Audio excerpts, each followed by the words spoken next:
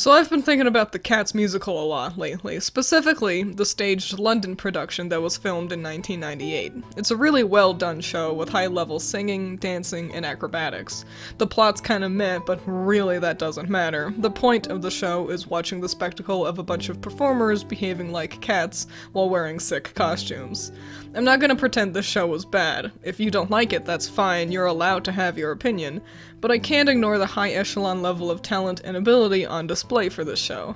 Really, it's no wonder that Cats became as popular as it did, with catchy, fun-to-dance-to music, characters with enough gimmick to allow the audience to headcanon plenty of alternate scenarios for the cast to handle, and beautiful stage and costume design. It's clear why so many people latched onto Cats. And with the production of this film, that means even more people could engage with the product.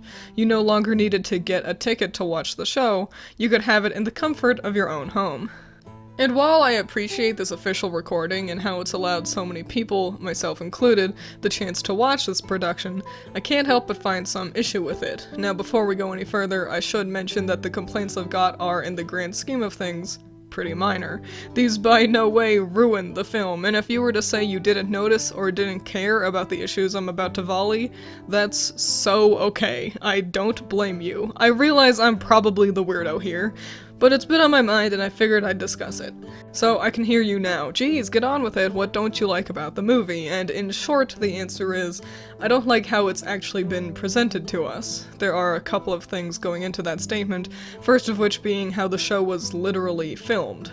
There are a lot of instances where we'll zoom in onto a close-up of a character, wander across the stage to get a panning shot. Sometimes we'll even be situated upstage to look at the cats head-on. These are immersion breaking, and you may be asking why. These sorts of things are normal in movies, and you're right. These close-ups and slow-motion moments are normal for the cinematic language. But we aren't speaking with a cinematic language, we're speaking a theatrical one. We are watching a stage show, and they aren't trying to hide that. We see the set in its entirety, we even see the edge of the stage at points.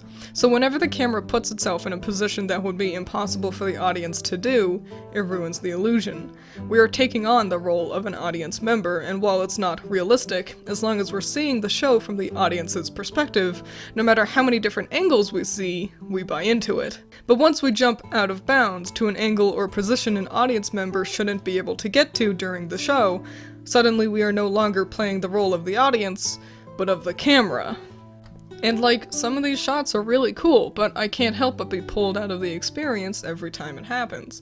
I'm acutely aware that they would have had to refilm segments to get these shots. The cameramen can't be on the stage during the production.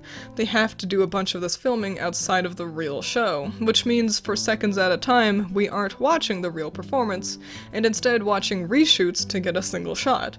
This show is difficult enough to allow yourself to be immersed with, you know, because of all the sexy dancers in spandex pretending to be cats, and it becomes even harder to buy into this world of cats when every couple of minutes you have to acknowledge that an actor had to mug for the camera for a sec. Which transitions into my second point, the camera and the audience. The cats regularly address the camera directly, which makes sense, like 90% of the music is addressed to the viewer rather than to other characters. Having the performers engage with the audience through the camera is a good way to go about this.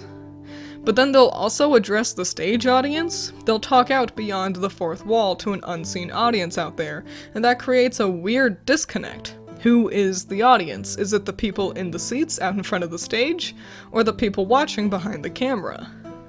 Knowing this is a stage production, we're primed to assimilate ourselves with the audience attending the show. We don't really need the cats going out of their way to address the camera, when as long as they address the live audience, we feel included. But perhaps the thing that makes this more difficult for me to swallow is the fact that there doesn't actually seem to be an audience.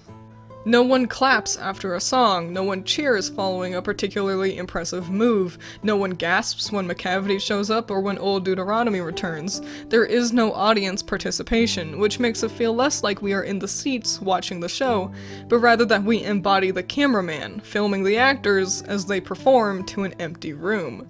The applause after a big song is like the exclamation point at the end of a sentence. Without it, the emphasis and energy fails to end properly. There is no punctuation to these performances, they simply end. It's weird and a little awkward having no audio feedback coming from an audience that gets directly performed to, and quite frankly, the whole show is weirdly quiet. The audience seems to have been cut out, but that's not the only thing. There aren't, like, sounds in this show. Some sound effects can be heard, like Rum Tum Tugger's ball, and it included swiping noise for when the cats chase off MacCavity. But a lot of audio seems to be missing from the stage. You can't hear footsteps, there's no sound when MacCavity and Monkeystrap throw each other around. You can see the cats hiss, but you can't actually hear it. And doing some research reveals why. This is not live audio, which honestly doesn't surprise me. Lip movements don't always match the vocals all that well. I'm afraid you must wait and have dinner tomorrow. The performers clearly aren't dancing while singing based on how effortless their performances are. And on one hand, I like this decision. This gives us really clear, nice audio, basically soundtrack level quality, which results in the show having a really high level of sound despite coming out on VHS originally. But on the other hand, this has resulted in my issue with lack of noises. They aren't using live audio. There is no audience to react. I get why they did this, and I even think this was a good idea, but it makes it much harder for me to immerse myself into the world of cats. And you may think it's not that big of a deal, which is totally understandable, but I'd like to compare cats to something else to sort of help explain why these things don't sit well with me. So, let me introduce you to Starkid. Starkid Productions are a musical theater company that started in Chicago and has since moved its way to LA. If you've seen anything from them, it's most likely their Harry Potter musicals. The group often, but not always, works with parody shows. They have now 12 shows under their belts, all comedy musicals. They are very funny and have excellent music too. I highly recommend giving their stuff a watch, which is easy to do because they upload all of their shows onto their YouTube channel. Similar to Cats, you don't need to buy a ticket to see the crew perform, but where Starkid differs is that these are live recordings, which means mistakes crop up from time to time and they have to re-record the songs for soundtrack versions, but the experience of watching their shows online becomes much more authentic. Starkid still manages to get close-ups without awkwardly having to cut to a clear retake. They keep the cameras within the audience, meaning we never leave the seats, getting to engage as we would if we were to really be there live. We always get the best seats in the house without ever feeling like we take on the role of a cameraman. The audience is as much part of the performance as the songs and acting are. Cats is not a comedy like Starkid's productions, meaning the performers don't need to pause for laughter. However, the show is not devoid of jovial moments. The awful battle of the Peaks and the Pollicles is downright jocular, and yet despite the slapstick and Rum Tum Tugger yucking up his bagpipes, the jokes are met with silence. Meanwhile, Starkid's shows allow for that audience participation, honestly helping the jokes land better. Watch out, Paul. He might kick your head. People are more likely to laugh while with other people, and having that live audience to help set the mood can really help with the comedy in these shows. Except for Firebringer, that one's just not funny. I can hear their props, their footsteps. It feels like I'm watching the play, as opposed to Cats where it feels like I've got the soundtrack playing while I watch a muted video of people dancing. Like I said, this in no way ruins Cats. It just, for me at least, made immersing myself into the show much harder than usual.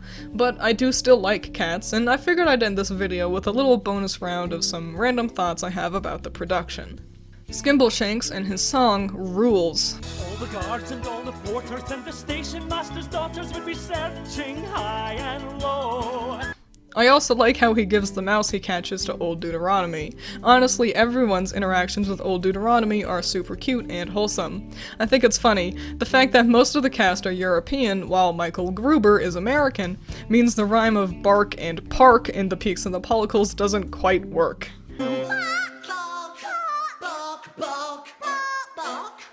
Until you could hear them all over the park and Jelly Lorem is underrated and deserves more love from the fans.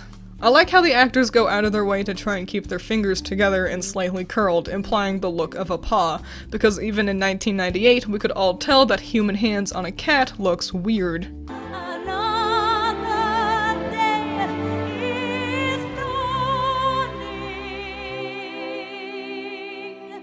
Mungo Jerry and Rumpelteaser's cartwheel move is the coolest thing I've ever seen. I'm mad at how hot Munku Strap is. I like how Rum Tum Tugger copies Mr. Mistopheles' dance moves.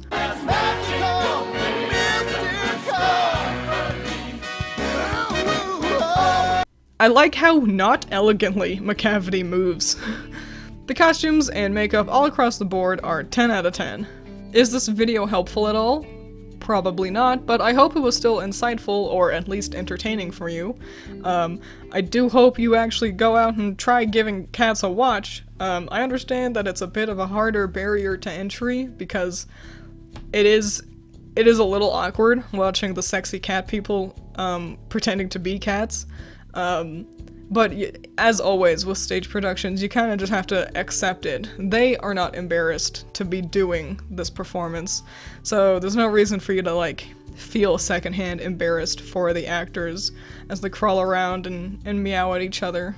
The music's really great too. It's got a lot of variety as well. There's probably at least one song on the soundtrack that you would like. So yeah, give Cats a watch, even if the sudden close-ups are a little jarring. Don't be suspicious. Don't be suspicious. Don't be suspicious. Don't be suspicious. Don't be suspicious. Don't be suspicious. Don't be suspicious. Don't be suspicious.